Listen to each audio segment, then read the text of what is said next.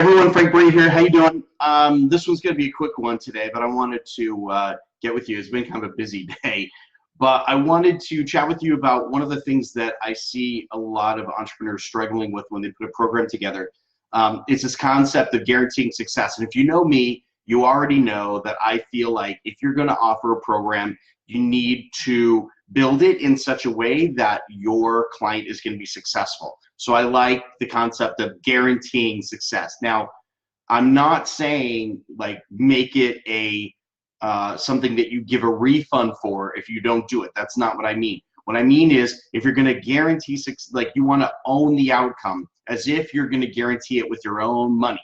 So when you design it in such a way that you're going to get success.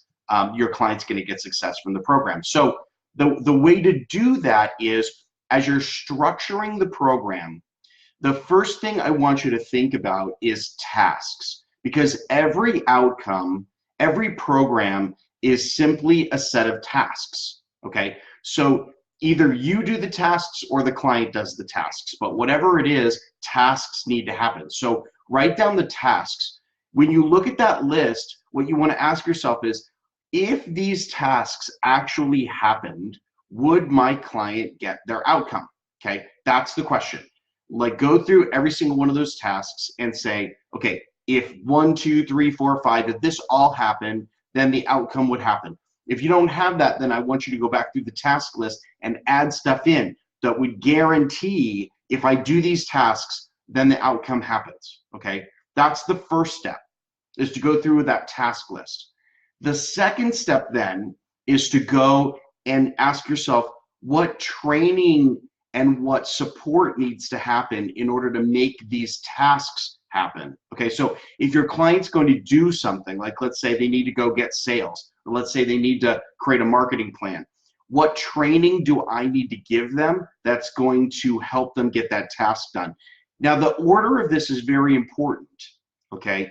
First, come up with a list of tasks, then come up with the training and support that helps get the task done.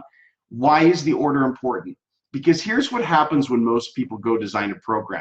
They start like listing all the things they can teach. And so you start getting all this stuff and you end up going off into weird directions. Oh, I want to teach them this and I need to teach them this. And oh, they would really love this. This is like awesome bonus content. What ends up happening is as you shove so much stuff into that program that it no longer is actually driving your client towards the outcome you want. It's just basically teaching a bunch of stuff. So start first with the list of tasks, okay? What are the list of things that my client has to do? Or sometimes if you have a program that involves done-for-you services, maybe we have to do them. Maybe there's certain things we have to do. That's fine. Just have the task list out and then go through and say, what are the things they need to learn? What are the things that we need to do to support them to create that task, to make that task happen?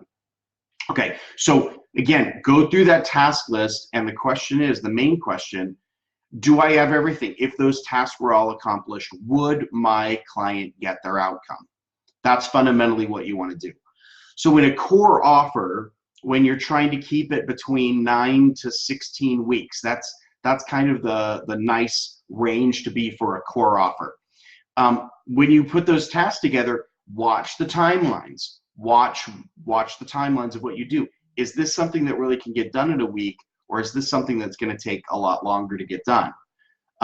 Watch that, because the number one mistake that entrepreneurs make when putting a program together is they underestimate how long it takes for something to get done. Okay, so for a lot of times, especially in business building programs, someone will say, oh, you're going to put your post out there and then you're going to close 3 sales. Like, and that's all going to happen in 7 days. Like, that's not true. Like, that's not how things work. So just make sure as you go through that task list that you've really thought very carefully through the timelines. And when you add up all the timelines, then you'll know this is a 12-week program. It's 16 weeks. If you find that you're going beyond 16 weeks, like really beyond, like into 20, 25, then I would suggest you go back and look at the outcome, because maybe you're going a little too far. Try to find an outcome that's a little bit closer in, because it's hard to keep momentum for 25, 30 weeks without having a really big win.